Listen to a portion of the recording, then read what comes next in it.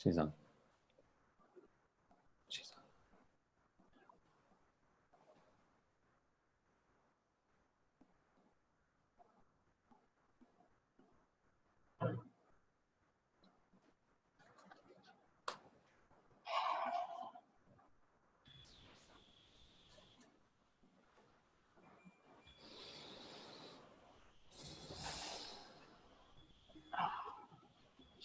on.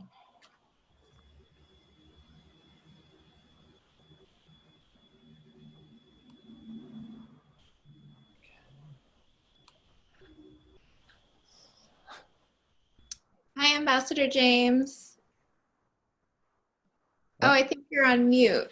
Luke, you might have to unmute. Good morning, everybody. Good morning, Ambassador. Good morning. Thank you so much for joining us. Hi, Susan.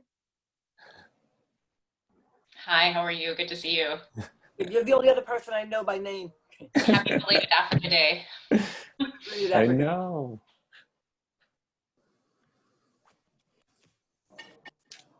So if everyone can hear me, we'll be getting started in just a few minutes. We'll just wait for a few more members of the audience, and then we will we'll get started in just give us about 2 minutes.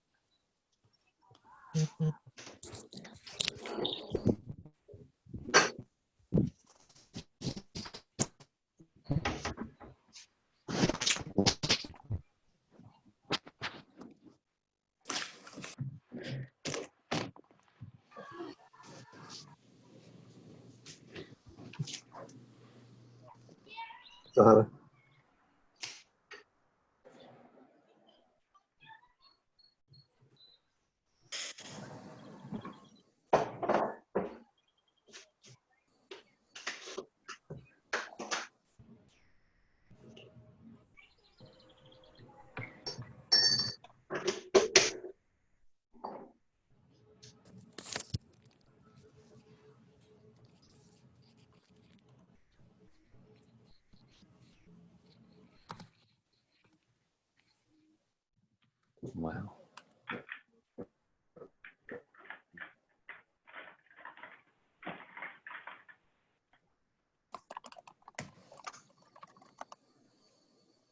Okay.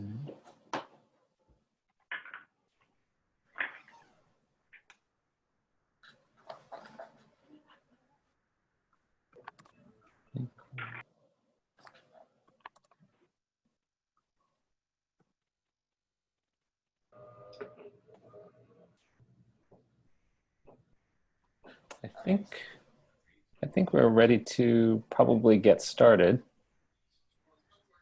Sahana, just want to make sure you're ready. Ready. I think we have all of our speakers. So as people are arriving, I know these Zoom conversations are a little unusual as everyone kind of comes at different times, but I just want to welcome everyone. My name is Paul Fagan. I'm from the McCain Institute. I run our Human Rights and Democracy portfolio here. And just very pleased to host this event on Sudan and the role of women who have played in the new Sudan. And I wanted to hand it over quickly to our partner in this, Sahana Dharmapuri from Our Secure Future. Thanks, Paul. And it's really great to see everyone joining. This is really exciting for us. We're delighted to be partners with the McCain Institute and really appreciate the McCain Institute and Mrs. McCain's support of the Women, Peace, and Security agenda. We are a small family operating foundation based in Colorado, but now have an office here in Washington, D.C. Our timing has been great because we arrived right before the COVID situation closed our office down, but we're still really excited to be able to participate and co-host events like this with our partners, and really happy to do it with Paul this morning. So we're looking forward to this conversation and to hearing about what is happening in Sudan and women in the peace process there. We know most of the attention lately has been on the impacts of COVID, but we really want to keep the light on what is happening, what women are doing on the ground to make sure that we are still working towards a peaceful and secure world. So I'll turn it back to Paul. I'm looking forward to the conversation, and thanks everyone for joining. Yeah, thanks, Sahana. And before, we're gonna just play a welcome message from Mrs. McCain. This is an issue that's very near and dear to her heart, especially when it comes to supporting women leaders around the world. And that's what we're really doing here today, is really focusing on women leadership and how women are playing an integral role in all of our societies. But we want to say a special thanks to all of our panelists today. Ambassador James from the State Department, Susan Stigant from USIP, and Huda Shafig she's from in Sudan. So we're really lucky to have a voice from Sudan speaking on this issue. And she's the program director from Karama. So I'm gonna ask my colleague Luke just to play this welcome from Mrs. McCain, and then we'll get started shortly thereafter. Right.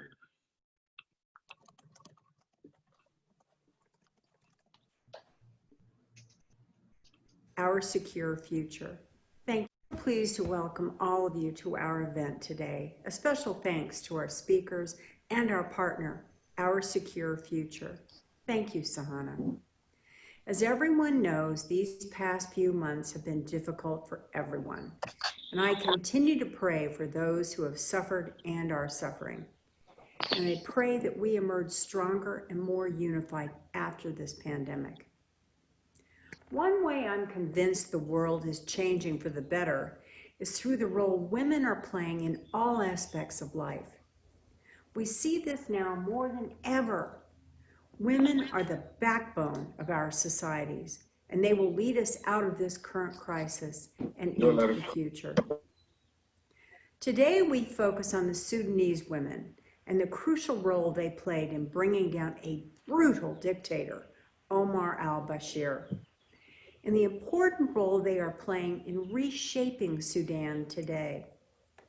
It's hard to believe it's only been a year, but so much has changed in Sudan, and much has been as the result of the hard work of women. The massive and prolonged street protests that eventually led to Bashir's removal were led by an estimated 70% of women, with many people calling it the women's revolution. Sudanese women still have an uphill battle. You cannot erase decades of fear and repression. However, women's voices have been heard, and Sudan was listening. The world is listening. Women will not go away quietly, and the current environment provides the best opportunity for increasing inclusiveness, improving security, and lasting peace. Again, I want to thank all of you for tuning in and joining the McCain Institute for this important discussion. I'll now turn it over to Paul Fagan, who will introduce our speakers. And once again, thank you for participating.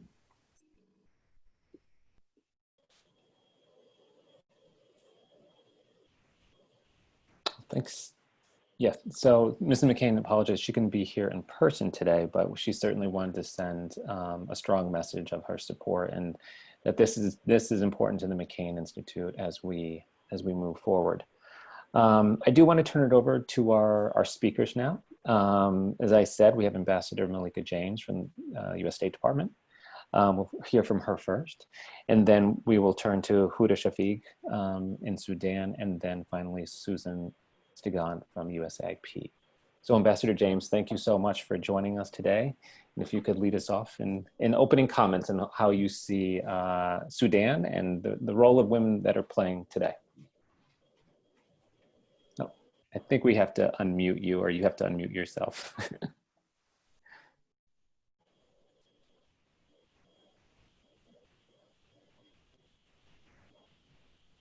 think you're still on mute, unfortunately. How am There we I go. now? There you go. Your time is a charm. Okay, thank you, Paul. And let me thank Mrs. McCain and the McCain Institute for inviting me to really this very important conversation. I'm honored to be here. I love the panelists you've assembled. I'm looking forward to learning and hearing as much as giving and sharing. So thank you very much for the opportunity. I think the first thing I would want to say is all of us who've been watching Sudan, who watched the miraculous and really profound changes that happened a year ago, know that women and youth played a really pivotal, if not the most significant role in bringing about the peaceful changes that led to the removal of Omar al-Bashir. That was a historic time, and I really think it would not have happened had women not been so out front and vocal. They were a significant voice in the direction, the tone, and the consistency of that movement. So we would have to stop by acknowledging that before we can even have a real serious conversation about the future of women in Sudan. The thing that I would like to first open up with is the relationship the U.S. has with Sudan today. It's a very different relationship, profoundly different, and one that we think promises the best hope for Sudan and for the region in many decades. It's a relationship that we call a partnership. It is a relationship that we are trying to help build a new Sudan around. And so it's a very, very constructive conversation, despite the fact that there are lots of challenges in many areas where we still have to find common ways to move forward. But our fundamental partnership is very real and very profound right now. And so I could only say that I see things moving in a positive direction despite the challenges ahead. The things that I really want to look at today in our conversation are some of the things that women are going to be having to confront as we look at the center-periphery differences. As we well know, this has been a perennial problem in Sudan. This issue of the difference between resources and attention in the periphery and in the center, as well as power.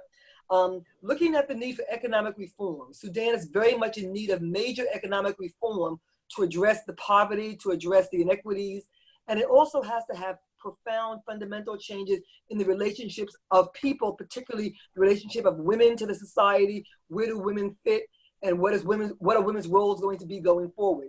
So those are some of the profound changes that we're working on in various capacities through various programs we have on the ground. I'd say that we're very pleased with what we've seen so far from the civilian-led transitional government. It's been very encouraging to see how the government has really embraced human rights changes very early on in its administration. I think we have to give the government some credit for some of the roles that they have taken on religious freedom. They have very much moved in a very positive direction. Christians are able to openly worship. They have made an end to the morality police with respect to women's dress and appearance in public. And of course, their most recent announcement to end female genital mutilation, very welcome, very well received.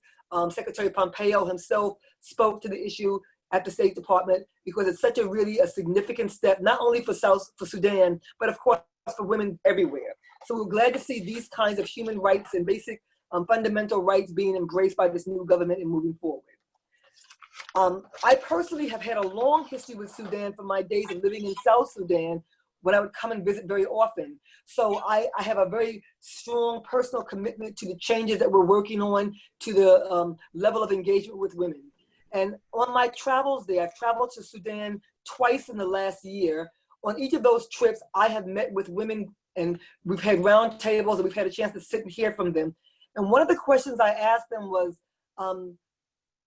why did they go out on the streets in such a dangerous time and put themselves out there?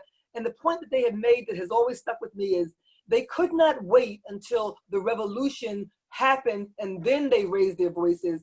They had to be a part of the societal change that really is going to make for a new Sudan. So they saw their struggles, their issues as women as part and parcel of the profound and social changes that have to happen in Sudan. So I've been very inspired by that, and everything I've been doing to help our US government efforts towards Sudan have been driven by that notion that there is no separation of women's issues and other issues of other marginalized and vulnerable people. It's a part and parcel where you have to address the fundamental core issues of women who are affected by poverty, who are affected by religious freedom, who are affected by human rights restrictions. And so it is a natural to see women raising their voice in the government, outside the government, in civil society, to say our issues must be addressed as we build a new Sudan. I think I would have to start by talking about what the US is doing now. We're concretely putting our support for Sudan where it counts. We're trying to increase the resources going into the country. Since December of 2018, I would say, the US government has put in about $479 million. This is additional assistance to Sudan on top of our ongoing humanitarian programs. And primarily it's focused towards humanitarian work, and 24 million has been used towards the COVID epidemic. I think we all realize that COVID has had an additional burden on all countries in the region, but Sudan's challenges have been added, have been increased because of COVID. So we've actually plussed them up at a very significant amount. The 24 million is just the first tranche. We hope to continue providing additional assistance so they can address the issues of food security, of water, of sanitation, all the issues that make COVID such a challenging problem for a brand new government. So that is our monetary contribution. But beyond that, we've done a lot on the political front. I mentioned that I traveled to Sudan twice. One of those trips was with the number 3 in the State Department, the Undersecretary for Political Affairs, Ambassador David Hale. It was very important for him to make that trip because as the US government looks to ramp up and to work through some very challenging issues, it was really important for him to personally see and understand and engage. On that trip, he met with Prime Minister Hamdok, he met with General Burhan, and we met with lots of civil society groups, including a roundtable with women. So he's had a chance to personally hear the same stories that many of us are very familiar with. And so now when we say we need more resources and the State Department needs to be moving in a certain direction, we have the attention of our most senior leaders, understanding the gravity and what is at stake. I said that I've been inspired by the women in Sudan. The conductors, as we call them, as we well know who they are historically, they have played such an important role. And as we look at programming going forward, I have been repeating this, and I know our USAID colleagues are looking at this too. What can we do to particularly elevate the voices of women? So we've been trying to create fora and forums and roundtables where women's voices are actually able to be heard and they can articulate what is the agenda they would like to have. So through our USAID mission in Khartoum, that's one of the things we've been doing. We've also been looking at livelihoods. Women have to be able to provide for their families. And so we've been looking at that as an issue of priority focus for women. And so USAID has been increasing the kinds of livelihood programs that will benefit women. But of course, throughout all of USAID programs, gender issues that impact women specifically are embedded. So we don't have a standalone program just for women, but we have had some targeted interventions, particularly around livelihood and around women's voices. The other thing that I think we've been doing that is really very significant is looking at how women will play a role in the political future of Sudan. As you may know, the draft constitution talks about setting aside about 40% of the Transitional Legislative Council for women. We've underscored how important that is and urging the government to, when they form that legislative body, to be sure that they deliver on that. That is not even half the percentage that women are in the country, but it's a good starting point, and we have been repeating that is very important for women to get involved in at the federal, national level, but also at the local level. Women can do a lot in their local communities, the issues of local justice, of transitional justice. Women need to be a part of those conversations because they have certainly been significantly a part of the victims. And on the question of victimhood, we have been very concerned about how quickly and how fast the investigations around the June 3rd massacre have been moving. We know that the government has an investigatory body. We look forward to seeing the results of that investigation. And as those results come forward, we are focusing our internal thinking on how do we support justice mechanisms and how do we support the government in being sure that they could deliver the kind of justice that the people of Sudan want and deserve. So those are some of the things that we are engaging with right now at the level of civil society and through our USAID program. I also would like to highlight that when women from Sudan have come to the United States, we have been very focused on trying to give them broad exposure to our government, to policymakers, so they can make their own cases directly. The new foreign minister, Minister Asma Abdallah, has come to the United States. When she was here last, she met with President Trump along with the Egyptian foreign minister and the Ethiopian foreign minister to talk about the Grand Ethiopian Renaissance Dam. She held many meetings here at the State Department. She met with senior officials here. And so she was able to make a case directly, not only for the Sudan, but particularly on women's issues as well, which she was questioned about. The Chargé d'Affaires for the government of Sudan, Chargé Amira Agharib, who's here in Washington, has been a very good and strong advocate for the country. We've been engaging with her quite extensively. That's also been a helpful place for us to understand more specifically the issues that impact women and to engage with her and her staff on kinds of things we want to be doing with them. The Minister of Sports and Youth, Minister Wala El-Bushi, when she came through, we had some really interesting conversations on the things she wants to do with women. So we've been trying to be sure that these women, when they come through, are given the appropriate and full access to our policymakers to make their own cases and to be heard and to be representative of what the women of Sudan want. And so we've been trying to do that very consciously. In addition to that, I would just note that within the State Department, we have a women's office, the Office of Women's Global Initiatives, Global Issues, headed by Ambassador Kelly Curry. And they have been trying to look at specific programming around issues that impact women, issues of social justice, issues of legal reform. And we are hoping to continue to work with them as they build out and shape their programs.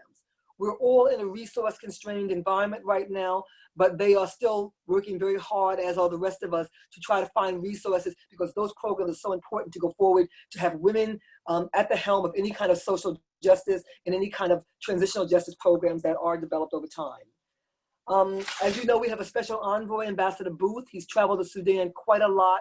It's always on his agenda as well to meet with women when he is there and to bring attention to the particular issues that women are impacted by. One of the things that he has been doing for us is leading our engagement in an organization called the Friends of Sudan. It's not really an organization, but it is a coming together of interested governments and entities that look at how we can be helpful to Sudan. Don Booth has been our main voice within the Friends of Sudan. And one of the things that he has worked hard for and pushed with the government is to address the issues of economic reform, which will definitely support women and families. And we were very pleased to see the government moving towards economic reform, working to remove subsidies and going towards a cash payment system, which we think, by the experts' account, will be a more effective way to support particularly women and families. So that was something that I would say our special envoy has been engaged in with others in the donor and the international community. I could probably go on for a long time, but I'll wrap up by simply saying that the COVID issues we know are very challenging. We'll continue to provide assistance where and as we can. And I also want to acknowledge that on May 25th, that was Africa Day. We celebrate that. It's a day that we acknowledge because the US was one of the first non-African countries to support and to acknowledge the African Union 58 years ago. We consider that relationship and that partnership very important. And so we are using our Africa Day contribution to work more focusedly, more intensely rather, on COVID as part of our engagement with Africa. I'd say that that's something we're doing across the board. Let me stop there. I'll take questions later. I'm sure I've said a lot of things that might provoke some questions, and I'm just really delighted to be a part of this conversation. Thank you. Professor James, thanks so much. I'm going to turn it over to Huda, who's in Sudan and can give us an on-the-ground perspective of what's going on now and what she sees in the future. So Huda, we'll turn it over to you. Thank you so much for joining us too. Thank you so much for having me and for the McCain Institute for dedicating this session on Sudan, or the new Sudan and the role of women. And I'm really glad to be here speaking about one of my favorite topics, is like women and women in political participation, and what have women been doing during the revolution and right after. And as Mrs. McCain mentioned, and Ambassador Makila, is that the pictures and then the flood of women that has been out on the streets since the revolution started and have been even behind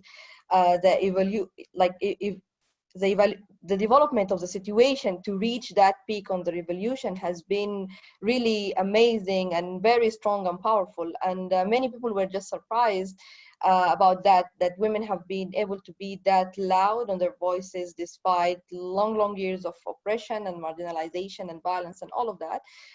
But the truth is that the women movement in Sudan is very old, and it's very old and have been there working for like peace building, political participation, and social justice for long and many years. So we had the political change we wanted, but for other women and girls, it haven't been only about just a stepping down of the regime on the political level. We have also been going out on the streets because we knew that our fight is bigger than that. We wanted the patriarchal system, like the economic, cultural, social, and political patriarchal systems on all these levels to step down, because we have been systematically attacked and marginalized and denied our right as first-class citizens. For us, the women and girls in Sudan have been going into two parallel revolutions at the same time. So to go out, the women and girls have been facing even like domestic violence, a lot of stress from their families and houses for wanting and for insisting to go out and participate within all these roles as mobilizers, as protesters, and as doctors, care providers, and you just name it, all these roles during the revolution and the set-in, the women has been there. And I think that amazingly had changed a lot of the perspective and the mindset of the public towards the women. And in politics, the women having leadership roles and positions, and that's amazing because most of this violence is based on mindsets and ideas about the women and how they're not capable, how they have only specific roles to do. So it's great to see now how discussions among like different generations about what a good girl means, and that include being a revolutionary, being brave, and being in front lines, and that's a huge change in the narrative about the women. It's just a start, but it is really huge. So we had the change in the political regime, and we had a lot of gains.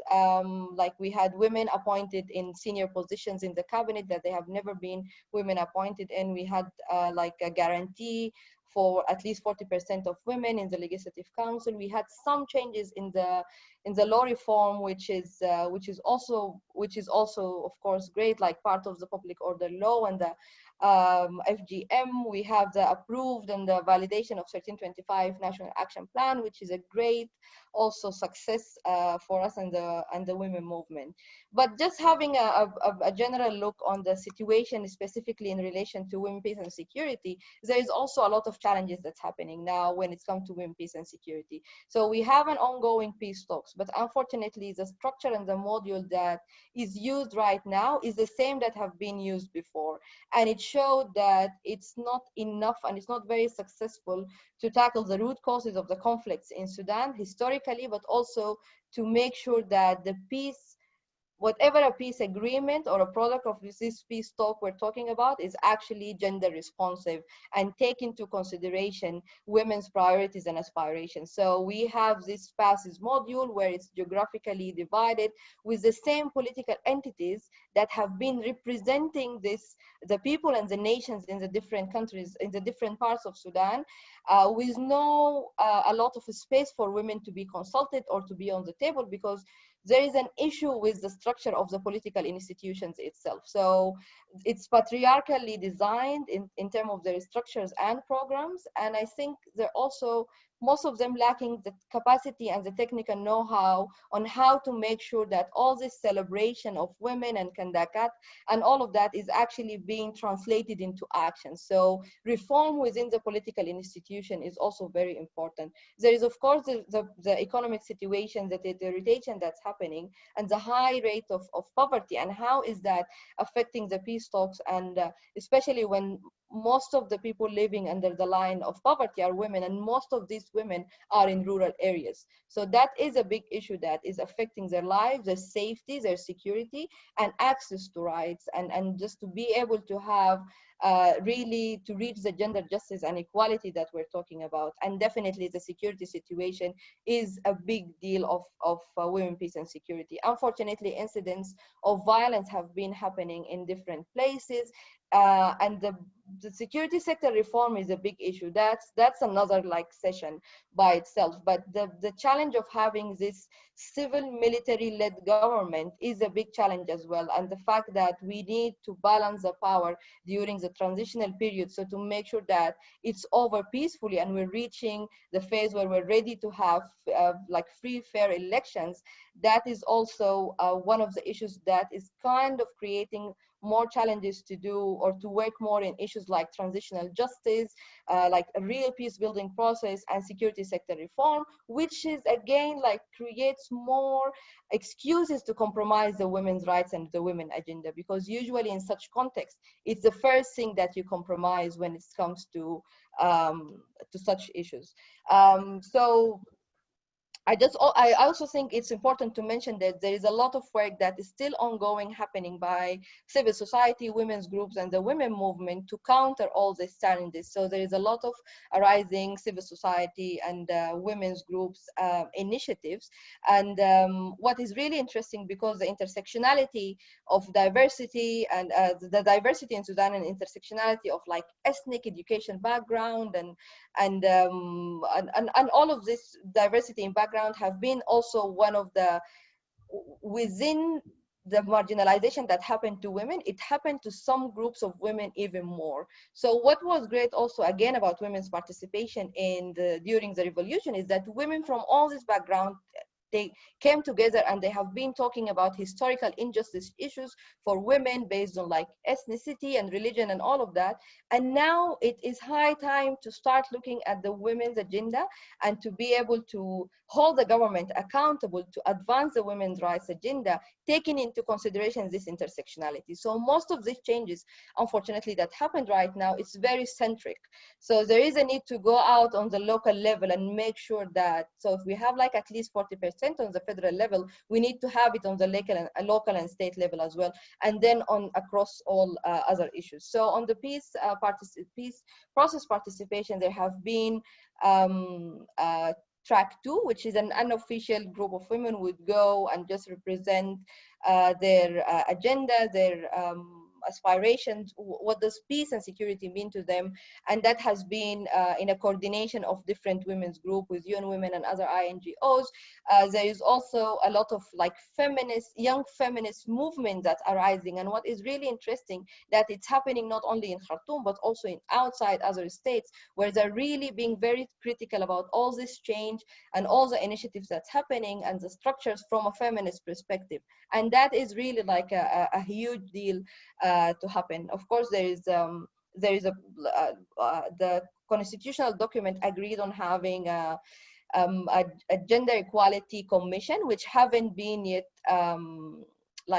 established, and it needs to be like established now. So a group of also of women's group have prepared like a proposal of like objectives, structures, and all of that. So we're really working in collaboration with the government, with political parties, to make sure that this is like the issue of women's rights is an issue of accountability, and that's what we are stressing on. So we're talking about legal reform and like international law to be the guarantees for our rights. It's not about giving us something, it's about that we need to hold the government and the transitional government accountable for our rights, and it should be a big element of the change agenda of all the entities. It's not the work of women. So women's participation or women's rights is not the work of women's groups only. It should be like part of the national agenda. There is also a lot of like draft for law reform that has been developed by civil society for a long time. There have been also like a women roster that was developed initiated by women's groups. So we're ready now, whenever the Legislative Council is to establish, we're ready with lists and women and their capacities and resumes and everything to be presented. And so we're sure that at least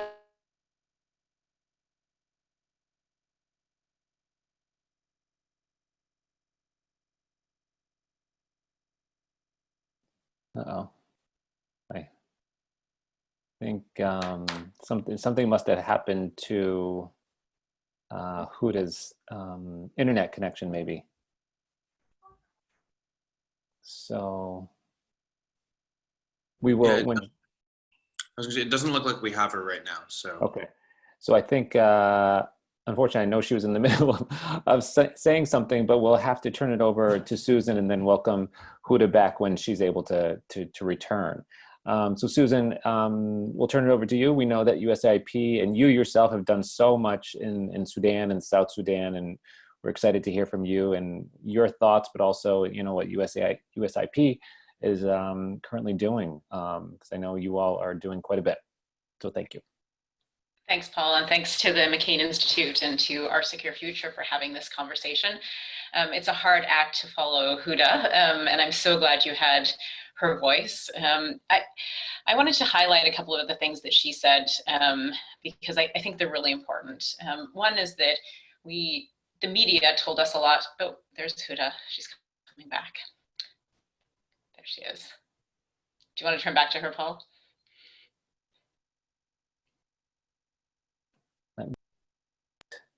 Huda, are you back on? I don't. Yes, can you Okay. hear me? I'm sorry, I just lost the connection for a second. I only have like final notes. Sorry for that interruption. So I was just mentioning that there is also a lot like going on of efforts by the women groups, and I'm happy to answer any questions on that. Maybe just to conclude that beside the internal challenges and efforts that's going on, there's also like external challenges that is kind of threatening the transitional period, which is first on my list is like the U.S. sanctions. The U.S. sanctions and how it denies a lot of access for women and like the citizens in Sudan, like access to technology. And now with the pandemic, and that everything is like turning to be like online and virtual, that is like, as it happened now, is really like a big challenge for us. And as like women in general have less access to technology, that's even like more challenging for them and just adding more vulnerability. And definitely the regional interest on Sudan and how it's affecting the security situation, and really challenging this, that we can like have like finish the transitional period in a smooth way. So just to conclude, there are some thoughts and ideas for the international community.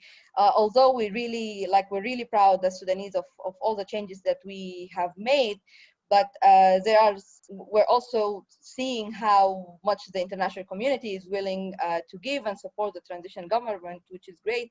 So some ideas on top of my head, of course, pushing more with us to the delisting of Sudan from the SST, the removal of the sanctions, definitely, but also focusing in the collaboration and support with the civilian part of the government, of the transition government even more, and just never compromise the women, peace and security values and international commitments whenever there is collaboration or kind of support, because in previous peace processes we had in Sudan, that have been like the first thing to be compromised whenever like agreements are being taken and being happening. And of course, just always consult with the people and the different stakeholders.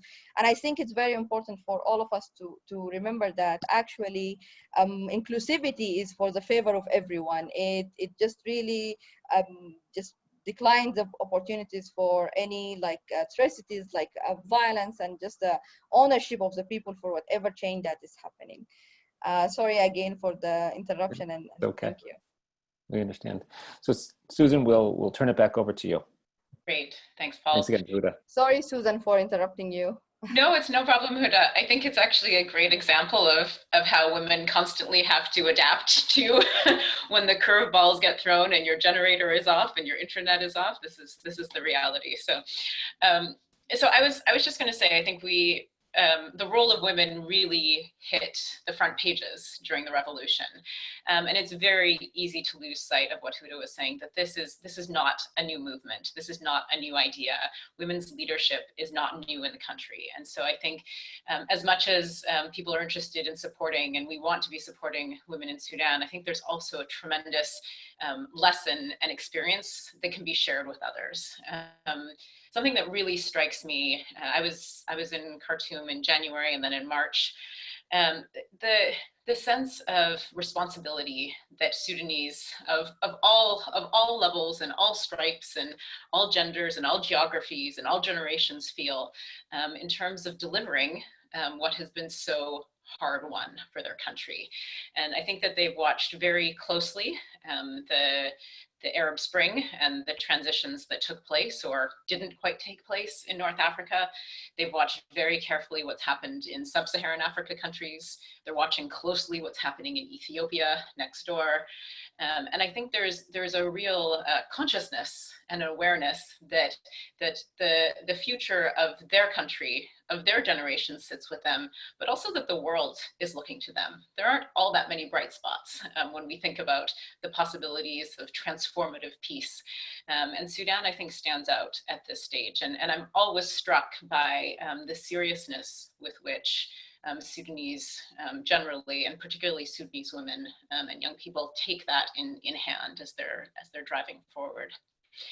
As I was listening to Huda, I was thinking about women's roles, and I always think about it in terms of representation, sort of the representational and inclusion aspect, and then the participation. It's striking to me that there are really there's tremendous work that's being done. There's tremendous representation that's taking place, new positions where women previously weren't sitting, new mechanisms and openings, whether that's legislative or otherwise. But I'm also constantly struck by the degree of frustration that people feel. And as I was reflecting on that, I thought it was worth kind of thinking through what are some of those obstacles that are there. And maybe first, where is the opportunity? I mean, if we look at the way that the change happened in Sudan, it was a moment using this mass mobilization and tools of strategic nonviolent action that allowed everybody to participate. And in the past, you had armed group conflict, and often armed group conflict and war is largely left to men, and men of a certain age. But what Sudan managed to do is to mobilize people across all generations, across all genders, and across various geographies. And so it was in that space that the hard work and the organizing, the leadership of the women that had been taking place for decades before really bubbled and floated to the surface, drove itself to the surface. And I think that's really important to remember, because as we think about the way that the huge challenges that this transitional government faces, the huge challenges that society has to address, whether they're the economic challenges that they face. When I was in Khartoum in March, people were sitting in queues to get gas for their cars, and they would line up at 6 o'clock at night, and they would maybe get gas at 4 o'clock in the morning. So you imagine what that does for people's ability to take care of their families and to make money and to be an active part in this transition process. But it strikes me that the success of this transition really hinges on being able to activate that same level of participation, right, from top to bottom of society, across vertically entirely, towards the goals of the transitional government. And I think one of the biggest challenges right now is that the transitional government is, flying the plane while they're building it. And at that moment, it's often the strategic communications and the strategic engagement that gets left behind. But those are the moments that the strategic engagement is absolutely the most important. And so many of you are familiar that one of the engines of the revolution were these neighborhood resistance committees, right? People who organize themselves at a very local level to protect their communities, to mobilize, to raise visibility, and ultimately move into the sit-ins in the various different cities. And those exist still. Some of them are being mobilized towards service provision, which is very important. But I worry that this distracts away from the role that the neighborhood resistance committees can play to be the guardians of what this revolution has been about, including women's rights. And I think I've heard some people say that that women's representation and women's participation, it depends on all the things that Huda laid out, the legislative reform, the reform of the political institutions, addressing poverty, all of these massive structural issues. And I think I would add to that, that it depends on creating a system of governance that is actually participatory, that engages people at all levels, because women don't just live in cities and they aren't just elite. Many women live in more rural areas, and getting those voices engaged, it's about women's voices, but it's about citizen voices more generally. And I think the great gift that Sudan has is that the population was mobilized at an unprecedented level. And so I think the challenge in front of all of us is, as partners, how can we support that continued mobilization? How can we encourage people at local levels to maintain that commitment to nonviolence? And then how can we help and support and engage the transitional government and its various institutions so that it creates the time and the space to engage its constituency, to engage those who are going to help to drive it towards a truly civilian-led government?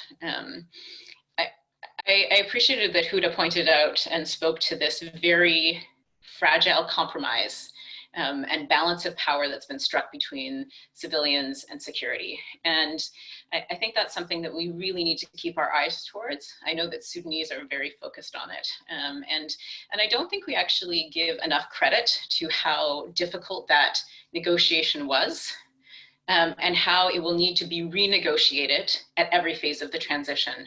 And I was struck during some of those most tense moments leading into the massacre in June and following that, and the point where the constitutional declaration was agreed, the role that insider Sudanese mediators played to help to bridge that gap between civilians and security elements, and then within the civilian groups themselves, right? We talk about civilians like it's one group, but really you have some of the traditional political parties that, you know, there are some women in those roles, but they're pretty traditional, some of those political parties. You have some of the new emerging political parties, you have the unions, you have these neighborhood resistance committees, and then you have everyday Sudanese who may or may not have been involved. You have the women's movement that's part of that and driving. And so I think that recognizing some of the immediate conflict resolution needs that will be there, and thinking through how can women who have played this role traditionally be supported to continue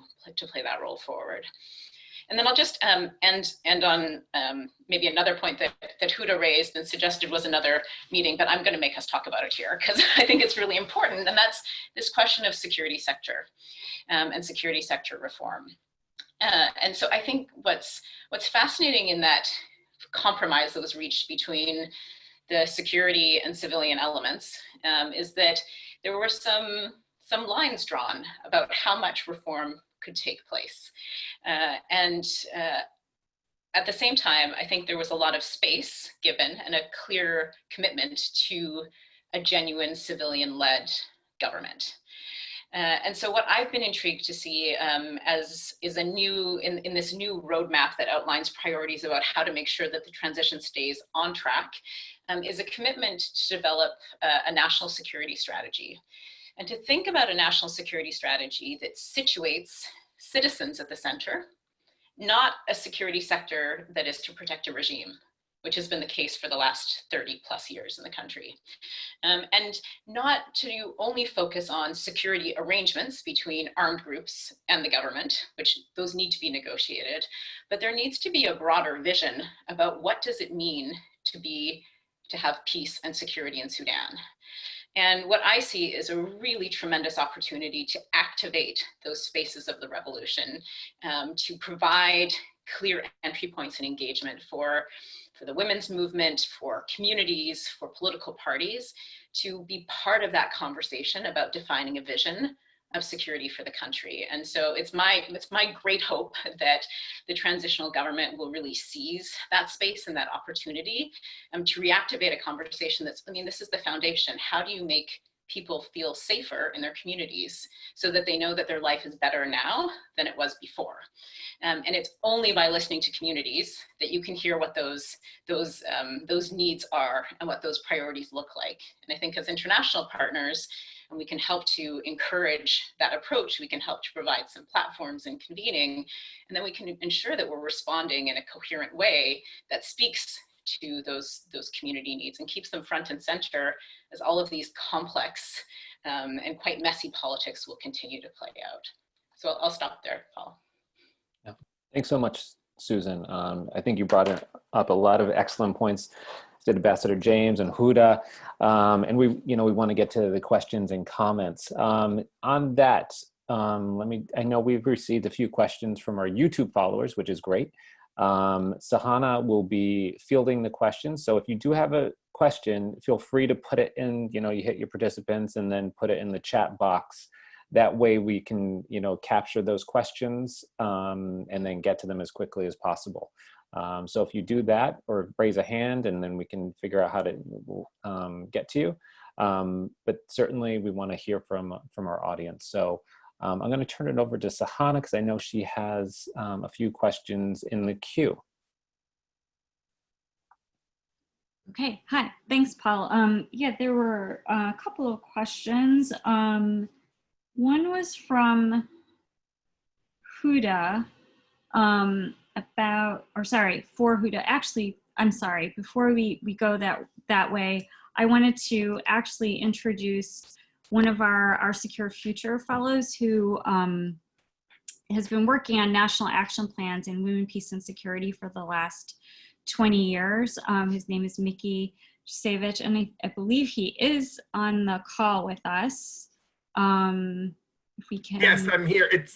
I steal my Bosnian background for the name, but the name is indeed Mikijačević. Yes, sorry. Thanks for joining us, Mickey. One of the reasons why I wanted to just bring Mickey into the conversation is because he has been working on the Women, Peace, and Security agenda for the last 20 years, and specifically with Sudan on developing their national action plan on women, peace, and security. And was hoping to just hear a few remarks from you, Mickey, and comments about what's been said on the panel and also your work on the national action plans.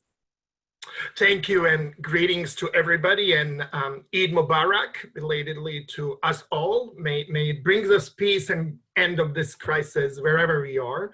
And I do have to say, when Sahana mentioned as late as Friday, could I join here? I said, as long as Huda is on the panel, because she's gonna say everything and cover everything. So I just add few of these brief remarks. I want to also thank, obviously, Paul, but also Sahana in particular for our Secure Future support for my ongoing work with the national action plans in many countries. But I do have to admit, Sudan is now kind of where my heart is, and almost as close to my other two favorite national action plans in my native Bosnia and Afghanistan, which was another uphill story. But with the Sudanese plan, I've, like Susan, had a privilege of going back to Khartoum about 6 times since the revolution, and just framing the enormous amount of promise, and just hearing the music on the streets and being much more able to walk around. And I mean, it's just such a place of transformation, but at the same time, it's also a place where these expectations are high, and therefore how do we deliver and translate all of these promises into reality of change for most people is really the key opportunity and a challenge. And I have 3 major points I want to make as we've developed the National Action Plan. And I really want to emphasize this reality of a very strong civil society. As Huda and Susan and Ambassador James also mentioned, none of this mobilizing of these extraordinary actors for decades now is new. So they're savvy, they're capable, they're well organized. I think we need to stop pushing them to unify. It's fine to have diverse perspective, fine to have various women's platforms, but we do need to facilitate their contribution and participation in the National Action Plan process. Always, people challenge me and say, well, what is a document? Well, what's much more important that imagine Sudan within 6 months says, and we are so committed to this agenda, to women's participation, to women's ongoing leadership on these issues, that we want to have a national action plan. So in and in itself, there was a political will and the statement of process that matters a lot. And secondly, as Susan said, we had about 40 consultations around the country with various groups. And most importantly, for the first time, some of these leaders, not just in Darfur, but also South Kordofan, Blue Nile, the regions where people for decades have not been asked to define peace and safety for themselves, had this access. And I think, therefore, the mechanism is there. The government is eager and obviously new. We have great counterparts at the Ministry of Gender and Labor, but I would say also, interestingly, security ministries are getting involved more. And within that, there are the sort of three main elements I want to point out. The first one is, what are the key issues? And so I'm very excited as we are, as Huda mentioned, on March 8th, the NAP was adopted, but we are still formalizing, making it stronger, working on the monitoring and evaluation framework, which, as many of you, is my favorite thing, on accountability and facilitation of performance. The first issue is legislative framework, including the calls to assent to CETA agreement, etc. So there's very huge number of very specific laws that need to be both amended and then strengthened in terms of implementation. Second issue that emerges, IDP and refugees, in particular people coming back to the States and homes not having any kind of identification papers, issues of youth and children who were born in other countries, etc. And the third, which I know is very close to Huda's heart, which is, how do we formalize youth participation? And how these structures for youth involvement, in addition to building this intergenerational partnership, continue to be very relevant. The second issue throughout, and this is where I really think United States and other donor governments should pay attention and invest more, is the capacity of civil servants to do their jobs, right? Most of these people who are now in these positions were really civil society activists. Many of them literally came from the streets after the protests and are now holding positions of directors, assistant directors in various ministries. And you know, we just kind of assume people will know what to do, which is obviously not the case. And yet there's continued focus on rightly civil society support, and that should continue. But also we need to invest in the capacity of myriad civil servants to deliver. And then finally, this is not a new call. Sadly, we've seen this in many other countries, which is better coordination among donors.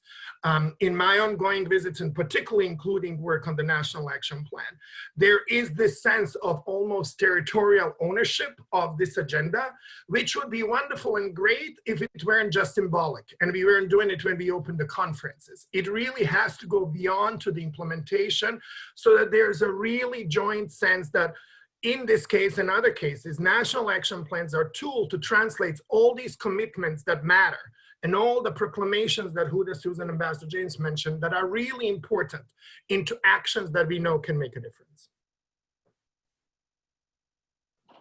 Thank you, Mickey. Thanks for that. That's really helpful to know what are priorities being laid out in the National Action Plan as it's being developed and pushed forward. I will turn to a few of the questions, as Paul said, that we got from YouTube, and the first one is specifically for Huda, but all panelists can answer if they would like to chime in. The person asking asked, despite the establishment of the women's movement, could you highlight the selection criteria of women to participate in the ongoing transitional government?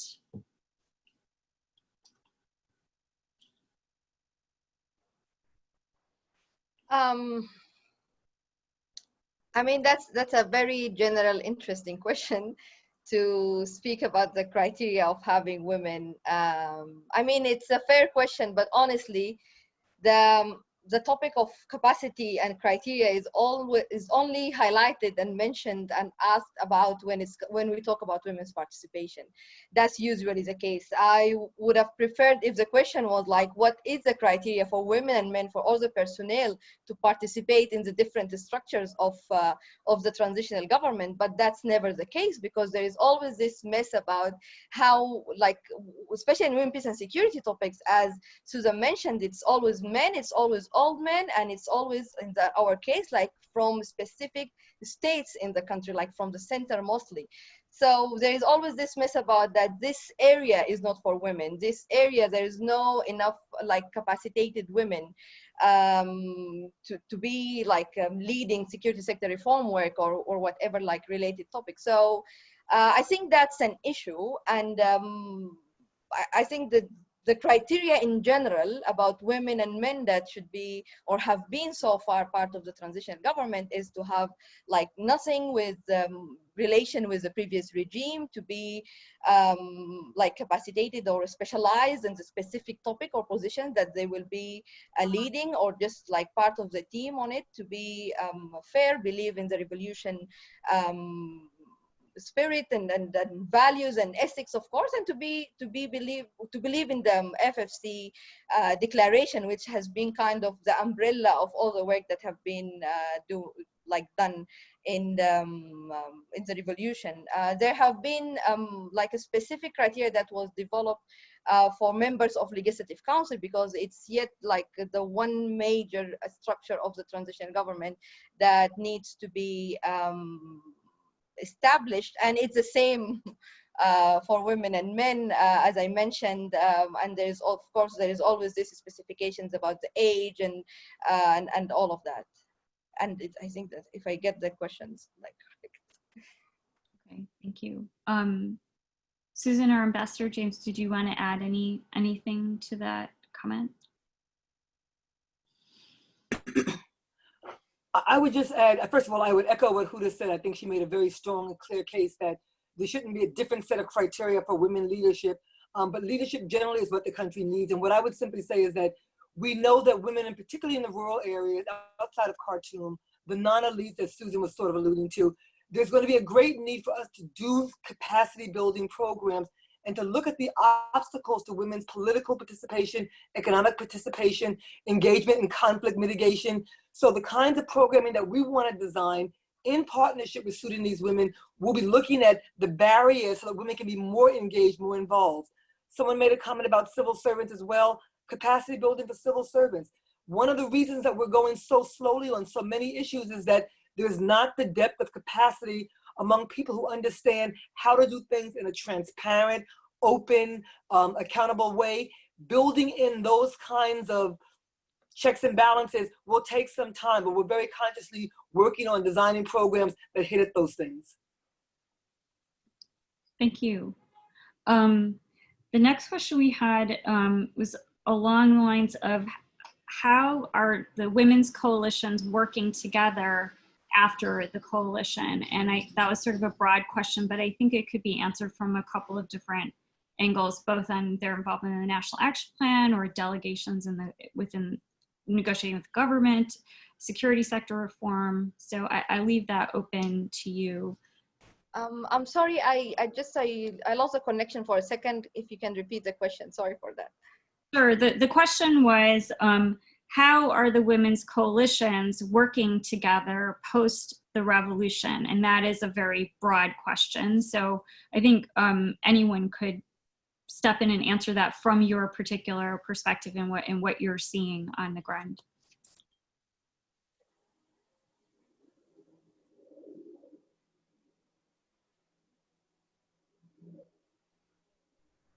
Okay, I can go and give some examples. So I definitely agree with what Miki said about having like many women's groups as part of the women movement. There is no need to have like one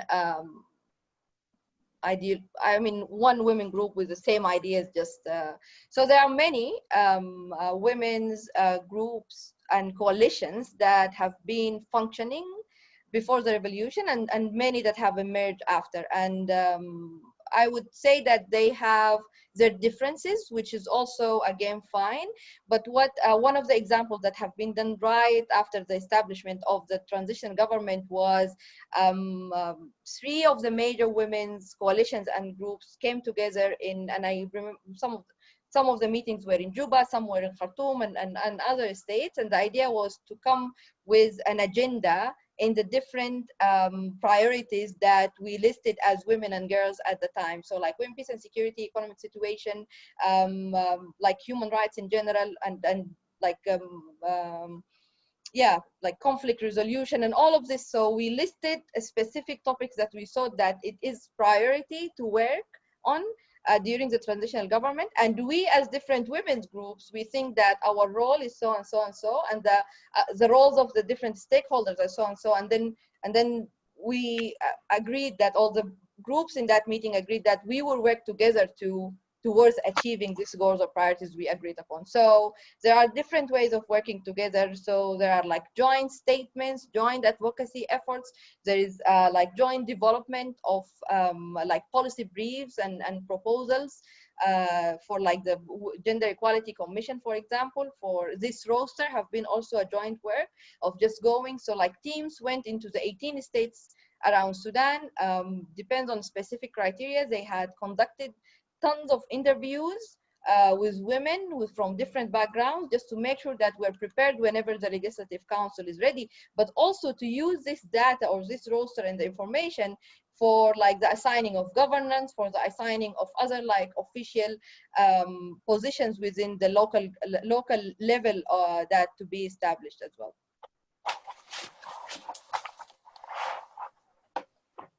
Can I just add that I think it's important also to realize that there's a broader landscape that's shifting for civil society in the very broadest of terms. And so during the revolution and the uprising, you had people who were organized in very different ways.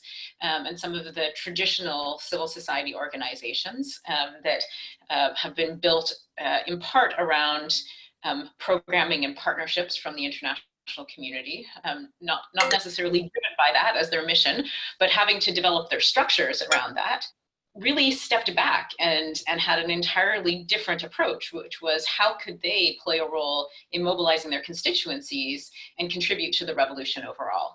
And so what I think will be very interesting to watch, and something that we have to be cognizant of as international partners, is how do some of the more traditional civil society organizations resituate themselves? Do they continue to take a more dynamic kind of movement approach, more community anchored? I worry that we risk pulling organizations and civic mobilization back into being projects. And I think that would be a real disservice to the Sudanese people and to the transition itself.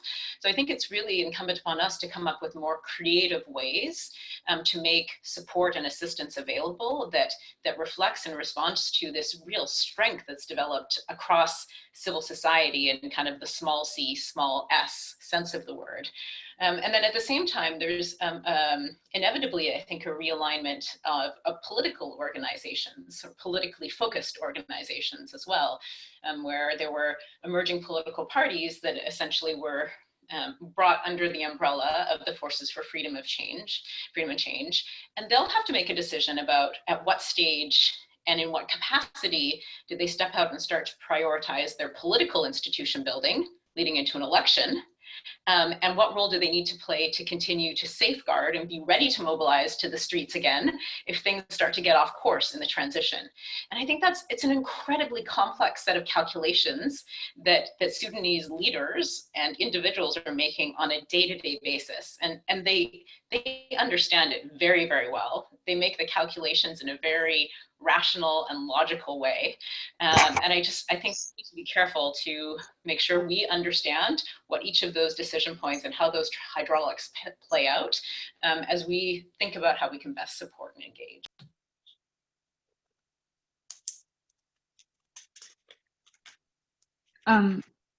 So another question we have is about technology, because we know the role of technology or just communications played a big role in supporting the women mobilizing the effort for the protests. So how, and also Susan had mentioned the importance of strategic communications in continuing this intersectional kind of strong grassroots movement. So how will technology play a role now in this post-revolutionary period to keep that vibrant civil society going?